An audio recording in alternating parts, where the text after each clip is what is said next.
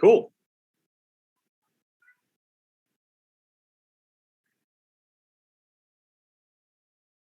Works for me.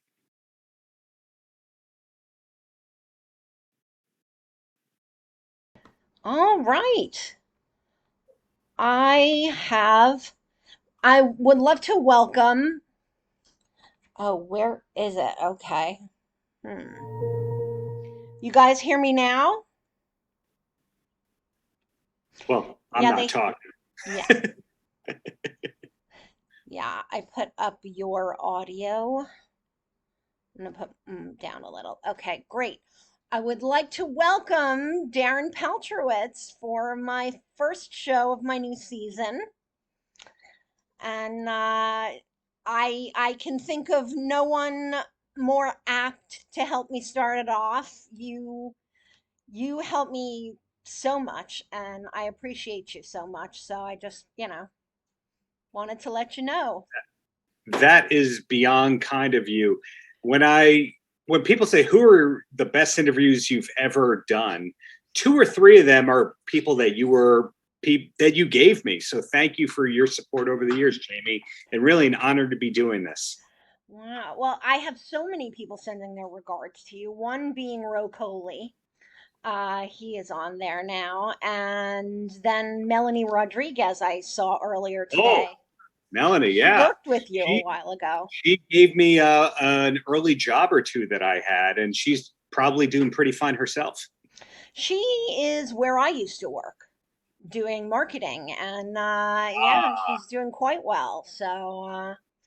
So Darren, your path to doing this, because I know like you've done marketing as well, and you've done a whole bunch of things. What was your path to coming to what you're doing now?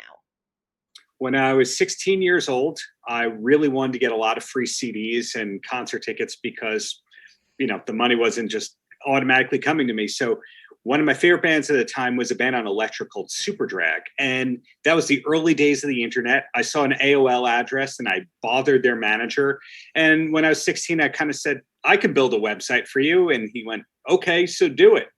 And I did. And it was a terrible Angel Fire website that I built for him. And then around the same time, I started writing for this newspaper on Long Island called Long Island Entertainment. And it's one of those kinds of things where they give you a batch of CDs, you do the reviews, and then you go, can I have some more? And then I was doing it and doing it and doing 16 years old, 17, 18. And the guy who started the paper, John Blenn, sold it off and made me the editor of it as one of the conditions of him selling it when I was 19, which Wow. was weird to be an editor. And then I had a couple more years in it. I kind of gave up the writing in my mid 20s when I got stiffed by a couple of publications. But my then girlfriend, now wife, encouraged me to get back into it 6, 7 years ago. And since then, it's just been kind of a nonstop thing. Wow. Well, you have wonderful outlets. You really reached out to like a amazing variety of Thank you. outlets now. So and Maria says Darren is the best, covers artists at all levels and really breaks barriers for artists. And that's true. I mean, honestly, you're one of the first people I want to put my artists with Ooh, thank you. because of how well you treat them, and how great you are to me. But have you ever had like a contentious interview? Like, I can't imagine that, but Oh, yeah. Oh, yeah. I'm not going to tell you I'm the greatest interviewer, I'm the best interviewer, nothing like that. I'm definitely a lot better than I was when I was 16, 17 years old. I've been unearthing some of those interviews and they're really bad.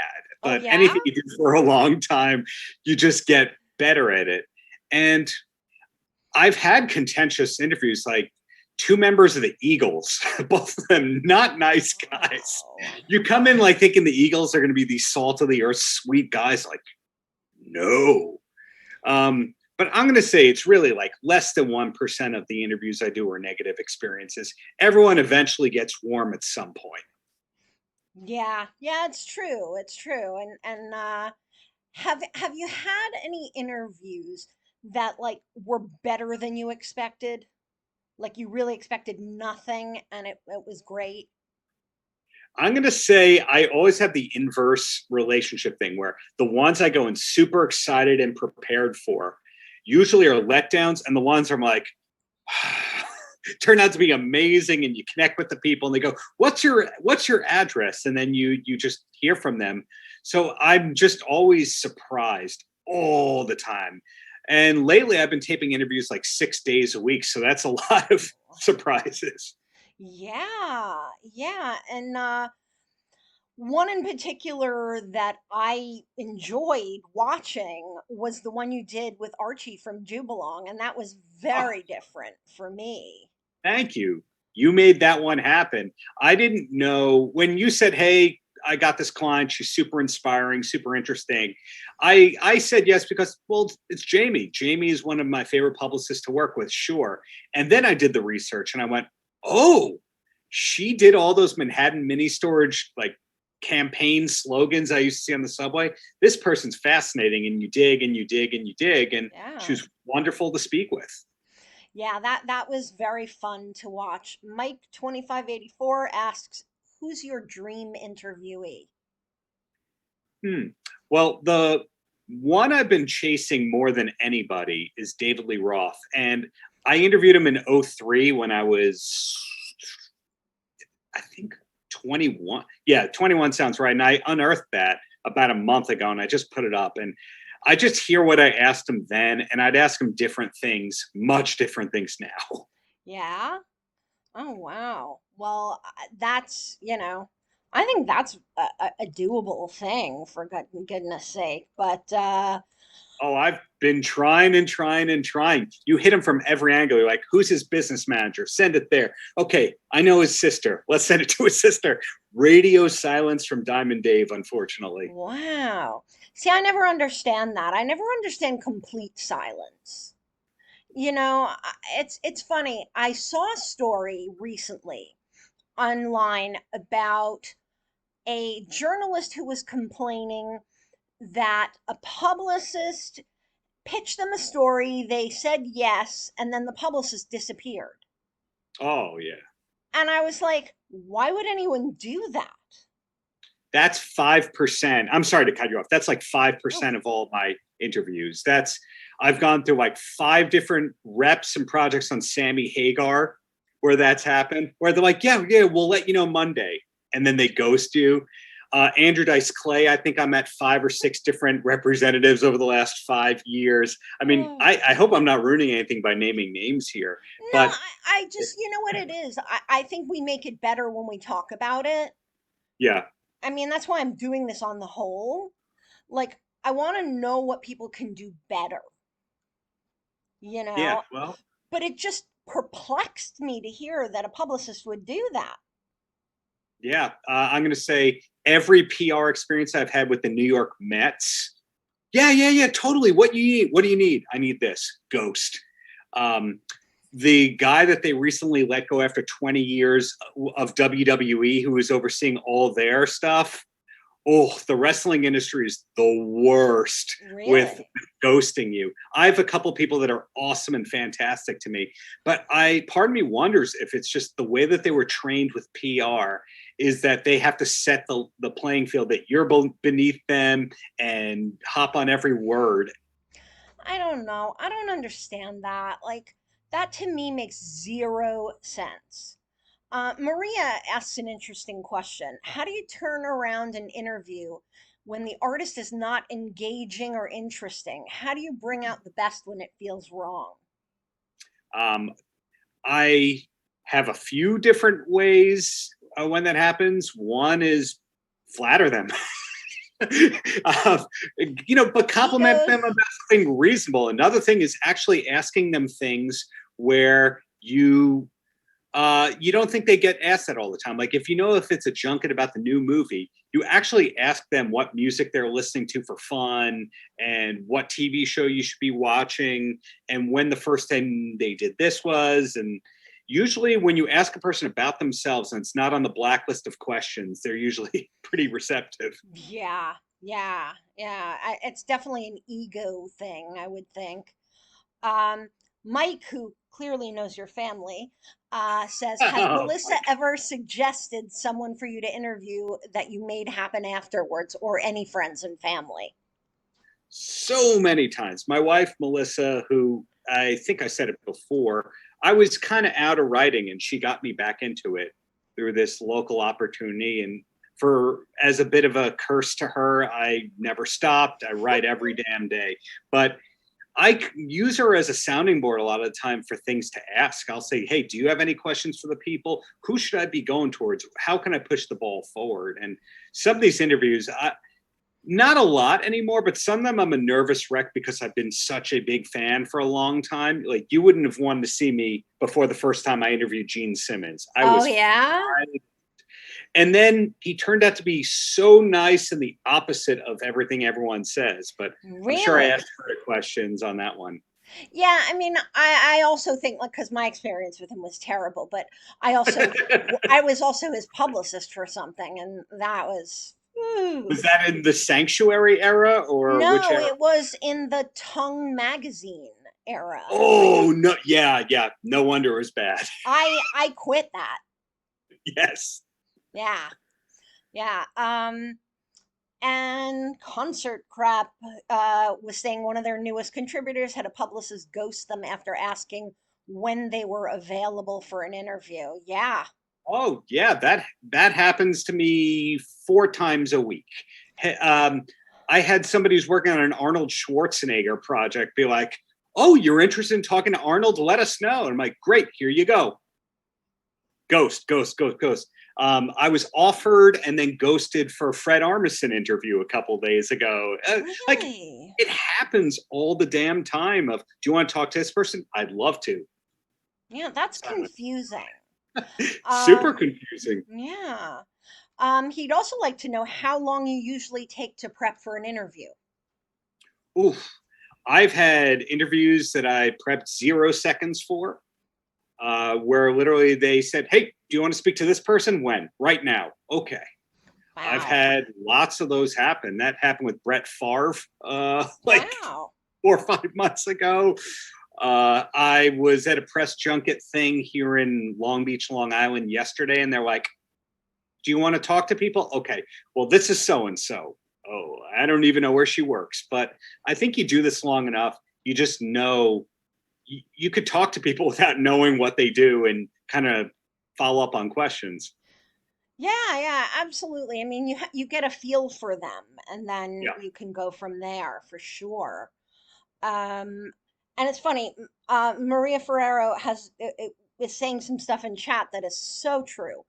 And I feel the same way. She says, when I came up as a young publicist, I remember the old school major label reps like to say no to interview requests. For Anthrax specifically, and I worked at their management, I found it hard to sit back and watch the band lose visibility opportunities.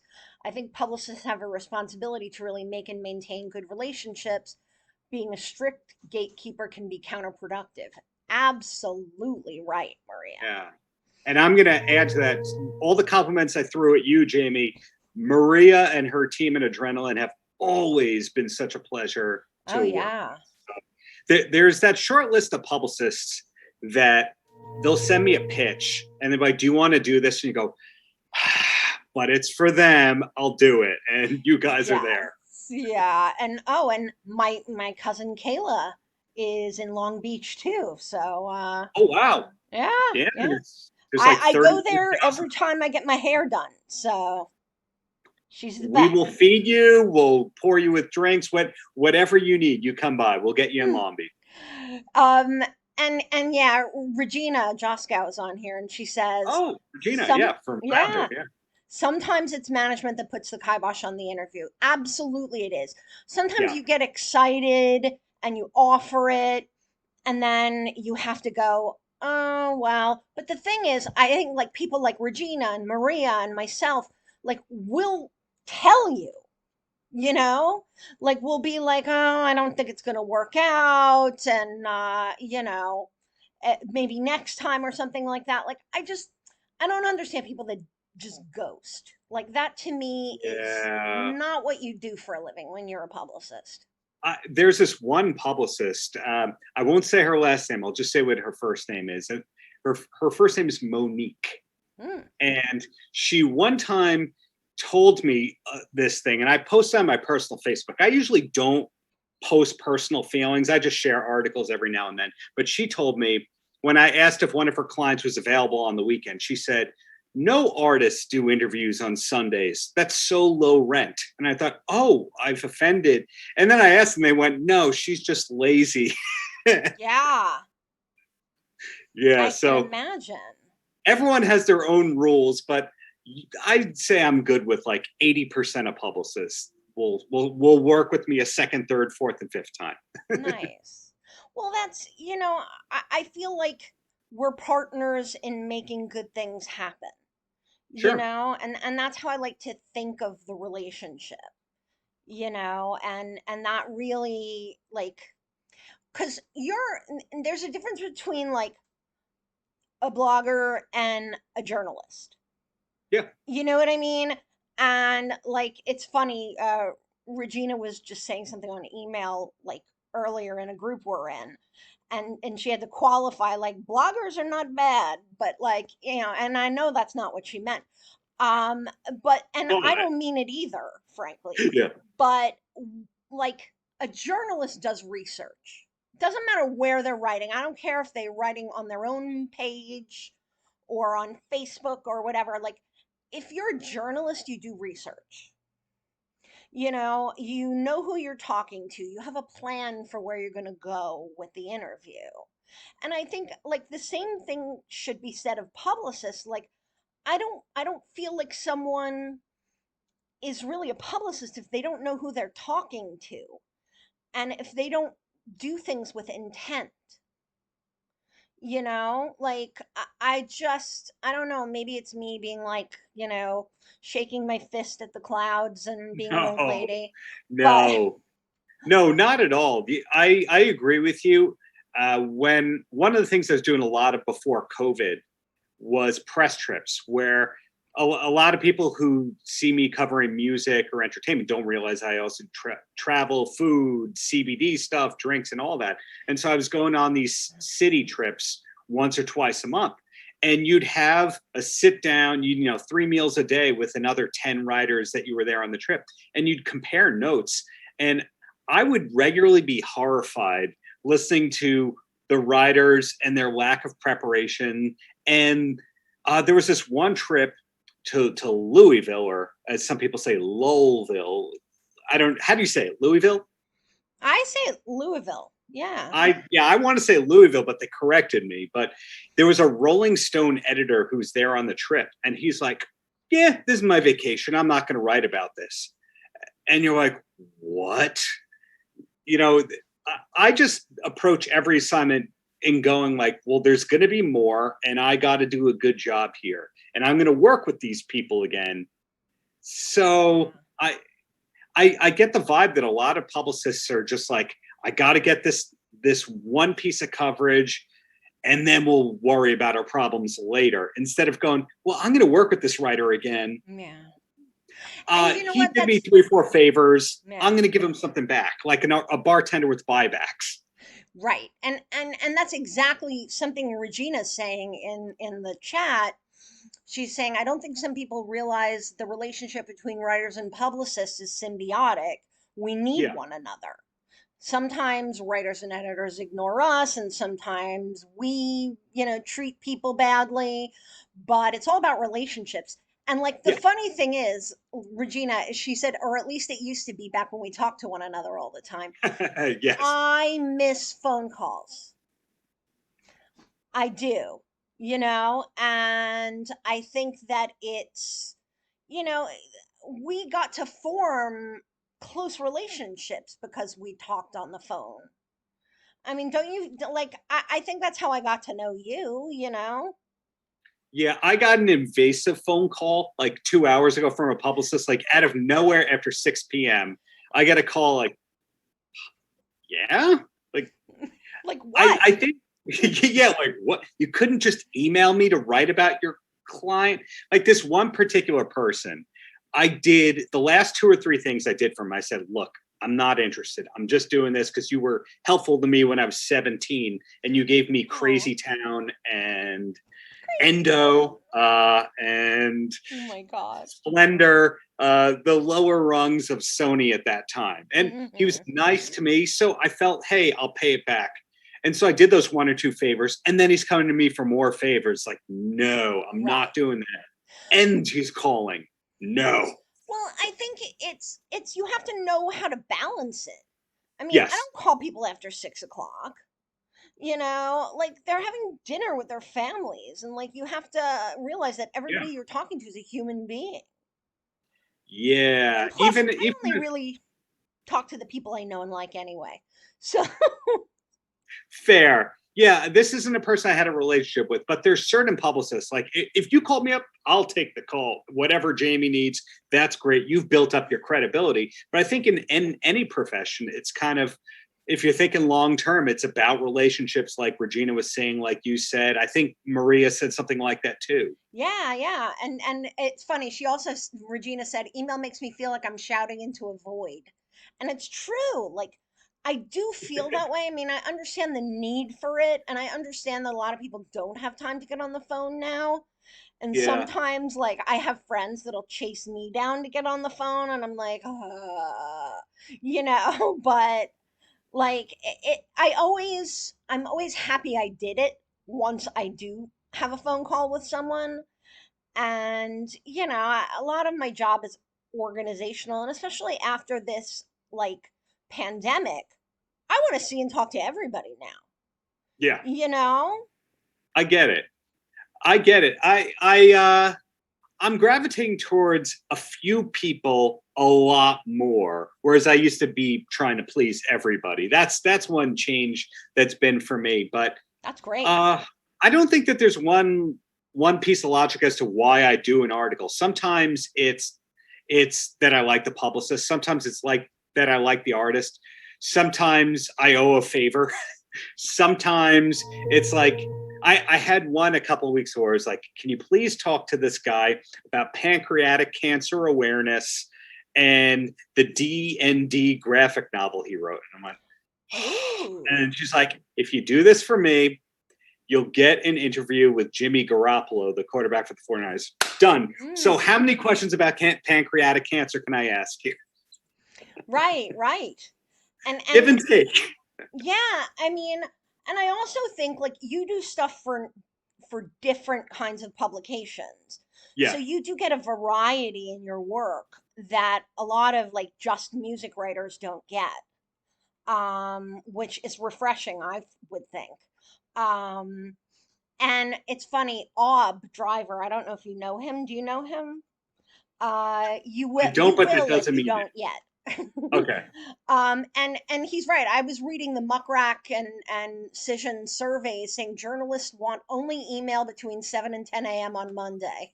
And it's really like they did like a state of the media report. And it was like some people were like, "Oh, I want emails on Sundays." And I'm like, "Really? I don't want to bother you on a Sunday." And then Yeah. like small windows and stuff like that. I don't know. I That also, could be just what muckrack people want. That could just be a small subtype because the Cision people want this, and the metal people want that, and the hip hop people want that. I don't yeah. know. Different strokes for different folks. Yeah, and like I've kind of come to a point where I'm maybe talking to the same like 20 to 30 people. Hmm. And like one and it's like the same people that I'm interviewing for the show, like, and it's great that I get to do that because I want people to know how great the people that I get to work with are. Hmm. And I think that's a huge thing. What is something that publicists do that makes you crazy Well, other what than you said call you at before 2? about offering interviews that did not exist, that is, my wife hears a lot of complaints about that. I would say anyone who says that they're going to do something and doesn't do it drives me absolutely nuts. Um, I would say people that pitch things without having done your homework on you. Right. So, like, I had to do a press junket for an Apple TV thing. I shouldn't say had to. I got to Yes. do an Apple TV press junket a week and a half ago. And they're like, no video, don't film it. We'll send you the audio. And so they sent me the audio. And then they were like, okay, so you'll transcribe this, this, and this. I went, I don't do that. Well, you should have told us that you like video and audio. I do. Every article I do is video or audio, except Michael Winslow from Police Academy, because I like him so much. But and he should have been audio. He's pretty good. Yeah, he's the sound effect guy. I don't know why it's over email.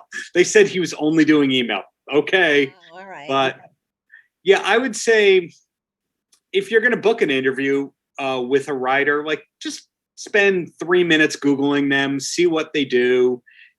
Like when they go, and by the way, Darren, don't ask any questions about their girlfriend. Like, I've never asked about a girlfriend in an interview. Well, now I want to know. Yeah, the like weird embargo kind of stuff. It's like, who do you think I am? I'm the guy that like compliments and tells them that they're doing great and that they're inspiring. I'm not the guy that goes, so tell me about the time you beat your wife. Wife beater. That's not me. Yeah, I mean, it's funny. I like to know who I'm talking to when I talk to people. And plus, like, my clients now, like Perry, for instance, he'll ask me 100 questions about everybody he's talking to. Yeah. Because he wants to know. You know, he gives a shit, which is cool. Yeah. You know, but I always care because I only want to put my clients with people that are legit journalists and like what they do and aren't miserable. So, you know, I mean, like, because who wants to have somebody talk to somebody like that? Yeah. You know, and when you're, I got to cut you off and compliment you again.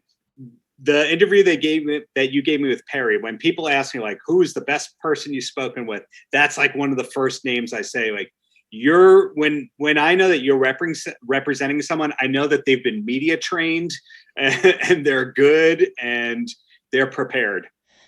Perry's a natural and he's wonderful. I'm really enjoying that. And we announced a Jane's Addiction date. Woohoo! In Philly. Yeah, I saw that. The MMR concert with Cheap Trick, is that? Yeah, that's going to be a lot of fun. And yeah, Ob is saying something about artists are one thing. Any tips on dealing with an unruly CEO or other C-suite exec that shuts down? I mean, they shouldn't be doing press then, Ob, if they're going to shut down.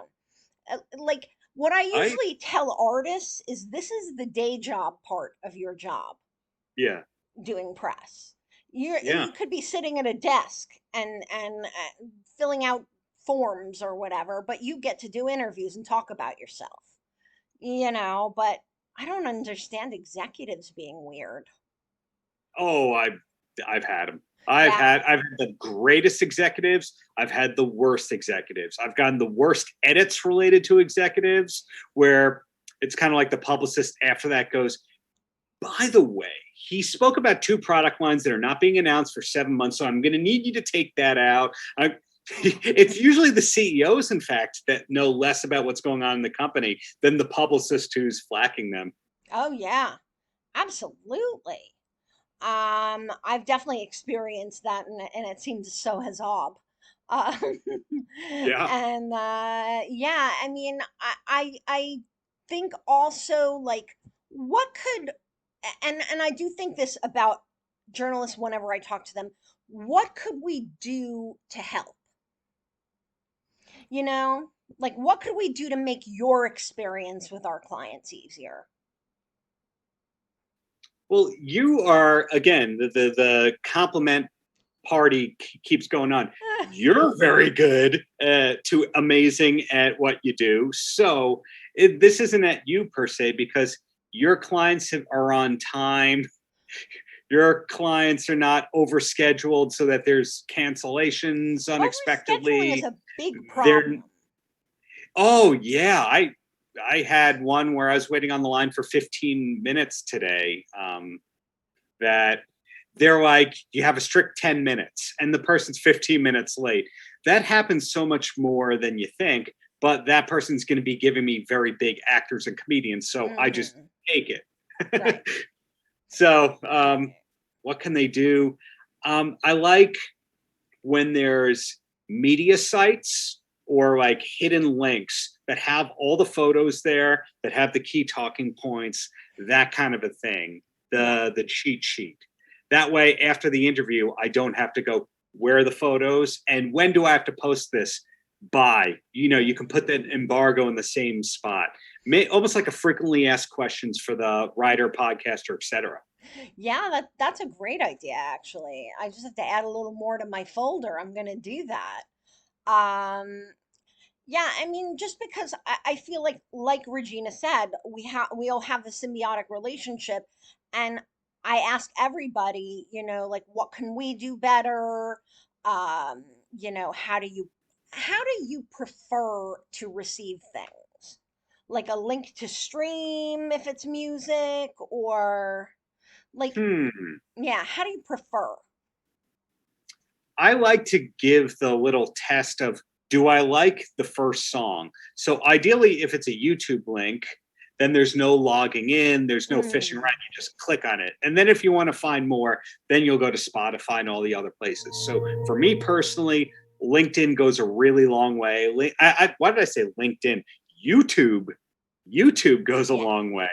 That's a really good starting point. YouTube is good for phones, whereas SoundCloud I find is not good with phones.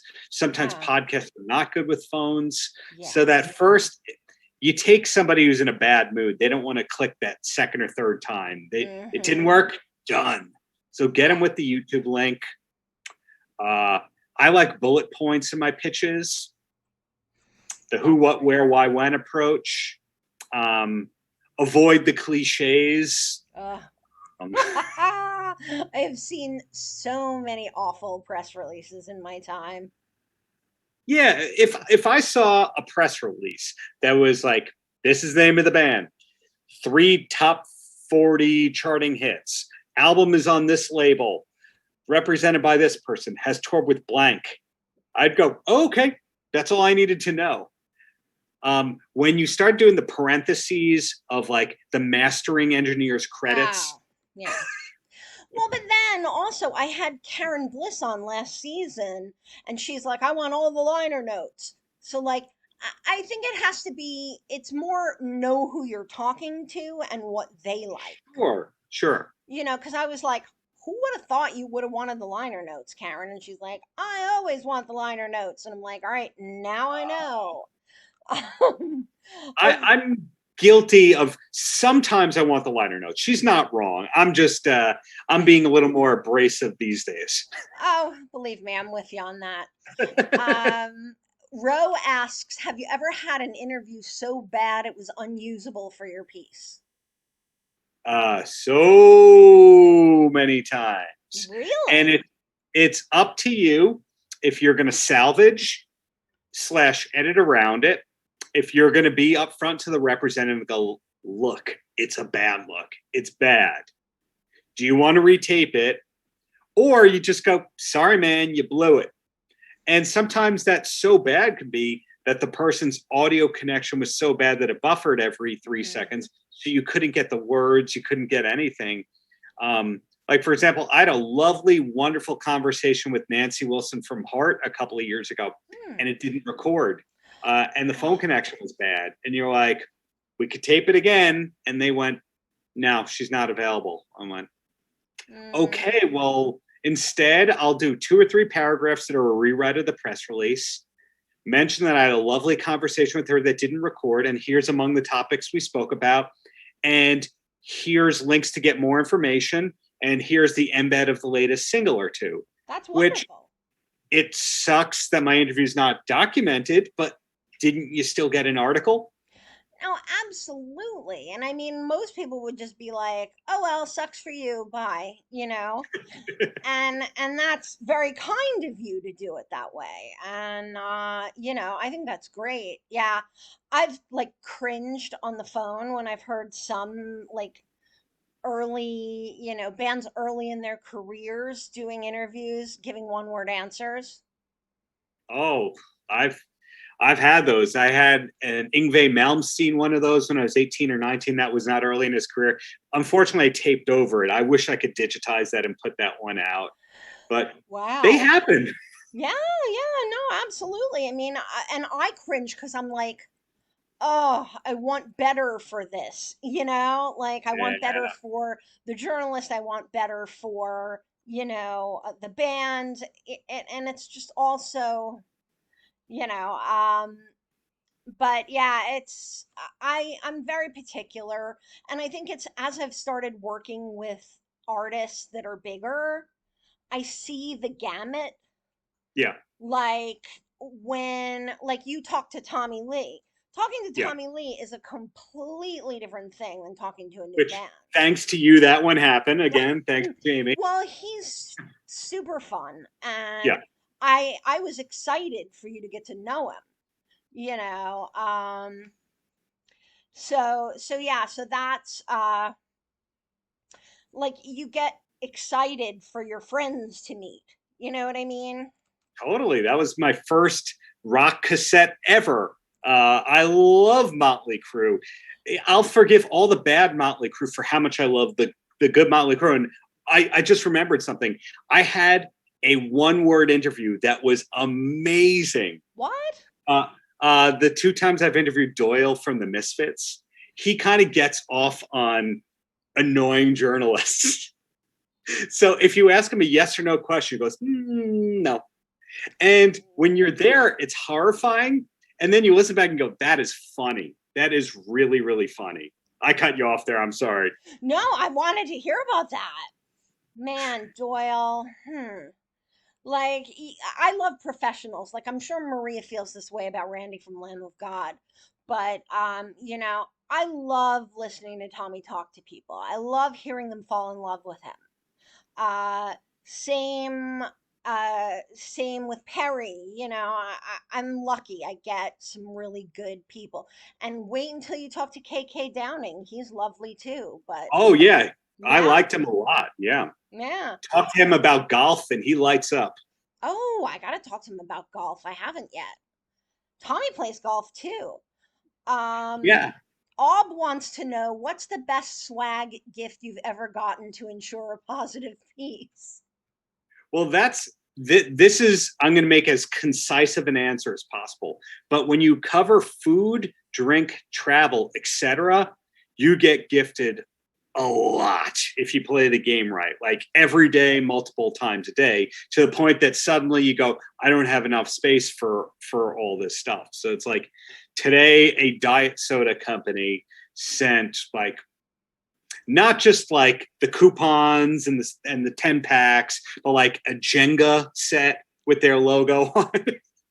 That's cool. Yeah, so I mean, there's the swag component is kind of missing from. Actually, I'm wearing a free shirt that I got right now from the band Fastest Land Animal. Rachel Ray's husband, John Cusimano. They sent me a Oh, really nice swag kit. nice. Yeah, you can I've, afford to when you're Rachel Ray's husband, I would imagine. hey, he does well himself as an attorney and producing on the show not Girls, Crashing. But the, Oh, the swag element of music is kind of gone.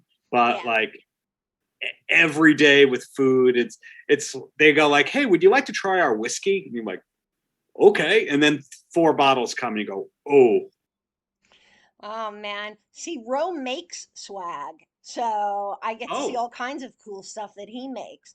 But I haven't gotten swag in forever. I mean, like the closest I've gotten are like the gift bags from the conferences. And You those come are out here, you'll come out with some swag. Promise. man, I miss Comic-Con Yeah. because that's where you go and get all the stuff. But, hey, my fingers are crossed to even have that in October here. Such mixed signals because I saw Megadeth announce their tour 2 days ago. So some people are announcing their summer tours, their fall tours, and then other people are like, no, not till 2022. You kidding? And you're like, which one is it? Yeah, I don't know. I don't know. I mean, are you going to go to shows upcoming? that comes soon? How do you feel about that? My answer before I was part vaccinated was, is this a band that is so good that they're potentially worth getting really sick for? So I'm like, David Lee Roth or Kiss? Yes, I will do that. And you're like, Violent Femmes? No, they're good. They're not worth dying for. But if you're like, is it enough's enough? Yeah, I'd see enough's enough. That was it. And then now it's kind of like, if it's September, by that point in time, 70%, 80% of people are going to be vaccinated. They'll have troubleshooted the whole thing. I think it'll be good for them. But I saw Everclear just announced their tour for like the summer. It's them, Living Color, Wheatus, and Hoobastank. Who came up with that lineup? God, And that's a weird 90s, like, yeah. Living Color and Hoobastank. But that's like a June shows, I think. Like that's too soon. Yeah. Yeah. I agree. I mean, I'm thinking about going to LA in September for the Jane's show. Well, no, the Jane's show in Philly is here, but there's going to be another one announced soon. Out on the West Coast. I would do that for Cheap Trick and Jane's Addiction. They're worth getting sick for, but yeah, I'm gonna go to that too. But LA Guns, Rat, yes, I do that for Rat. Yeah, you do that for Rat?